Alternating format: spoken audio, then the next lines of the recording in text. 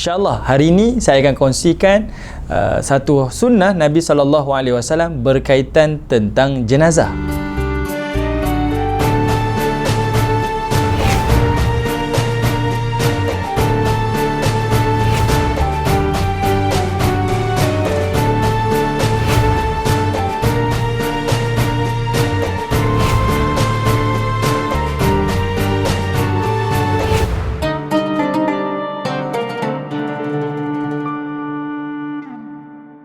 InsyaAllah hari ini saya nak bawa pada tuan-tuan satu hadis Nabi SAW berkaitan tentang pengurusan jenazah. Dan hadis ini diriwayatkan oleh Al-Bukhari daripada Amir bin Sa'ad bin Abi Waqqas. Katanya Nabi SAW telah bersabda, sesiapa yang mendirikan solat jenazah, maka Allah Ta'ala akan berikan ganjarannya kepadanya 1 qirat. Dan siapa yang menunaikan solat jenazah dan menghantar jenazah sampai ke kuburan, maka Allah Ta'ala akan memberikan ganjaran kepadanya 2 qirat.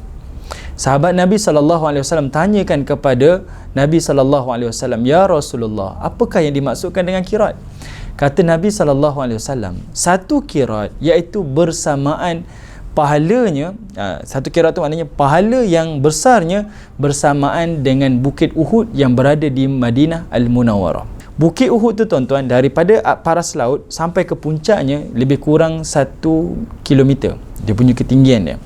Manakala dia punya lebarnya cecah 6 kilometer dan dia punya panjangnya lebih kurang 3 kilometer. Ini adalah bukit yang terbesar di Madinah Al-Munawwarah.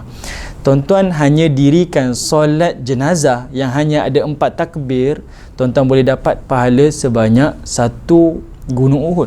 Tuan-tuan bayangkan sebesar itu pahala yang Allah Ta'ala berikan. Solat jenazah ni tuan-tuan tak lama pun, lebih kurang 3 minit 4 minit.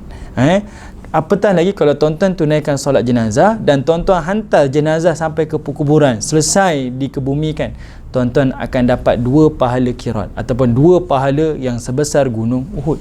Ini ganjaran yang besar yang Allah Ta'ala berikan.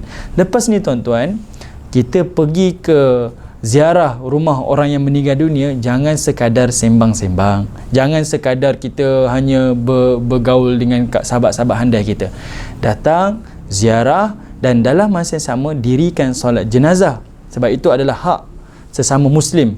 Dan jangan lupa juga kalau ada kesempatan, hantarkan juga jenazah ke kawasan perkuburan. Saya nak bawa satu cerita tuan-tuan. Abdullah bin Umar, anak kepada Umar Al-Khattab, beliau ni antara ulama yang sangat hebat di zamannya, sahabat Nabi SAW juga, dan dia hanya menunaikan solat jenazah. Dia jadi imam untuk solat jenazah, kemudian dia selesaikan solat jenazah dan dia beredar tanpa dia menunggu sampailah jenazah itu dihantar ke kawasan perkuburan. Kemudian ada seorang lelaki namanya Khabbab maklumkan kepada Abdullah bin Umar, "Wahai Abdullah bin Umar, apakah tidak sampai kepada kamu satu hadis Nabi SAW, siapa yang solat jenazah dapat 1 qirat, siapa yang menghantar jenazah, solat jenazah dan hantar jenazah ke kuburan akan dapat pahala 2 qirat."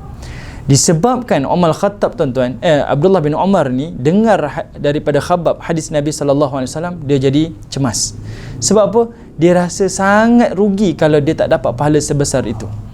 Jadinya tuan-tuan, dia hantar seorang sahabat, utusannya pergi jumpa dengan Aisyah, iaitu isteri Nabi SAW, minta double check, double confirm, betul tak hadis yang diriwayatkan oleh sahabat ini tentang orang yang tunaikan solat jenazah dan hantar jenazah ke perkuburan akan dapat pahala 2 qirat.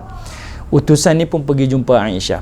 Sementara utusan ni pergi jumpa Aisyah tuan-tuan untuk dapatkan confirmation, ketika itu Abdullah bin Umar ni dia pegang batu kerikil. Dia pegang ni dalam keadaan cemas. Tuan-tuan boleh bayangkan dia menggenggam-genggam benda tu. Jadi utusan tu sampai, dia pergi jumpa Aisyah, pulang jumpa dengan Abdullah bin Umar.